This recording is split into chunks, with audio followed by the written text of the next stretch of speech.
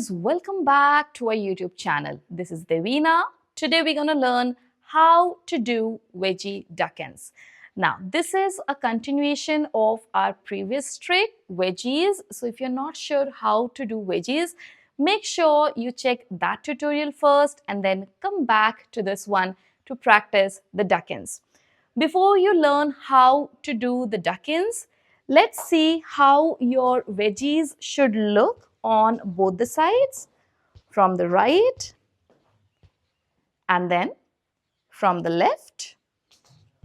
So the hoop here is coming all the way up on both the sides. If your hoop is coming completely towards the shoulder blades, you're ready to practice the duckins.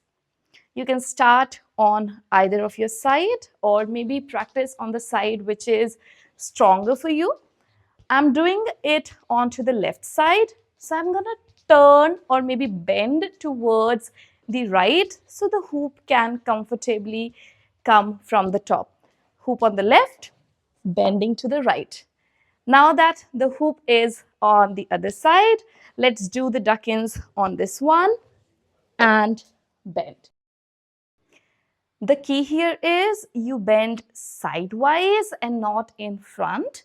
Second, keep your hands like this on top of your head. So whenever you're doing wedgie duckins, you're safe knowing that the hoop is not going to hit your head.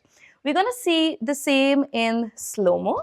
Hoop is on the left, so I'm going to bend towards the right. Hands on the top and bend. Hoop is on the right and kick.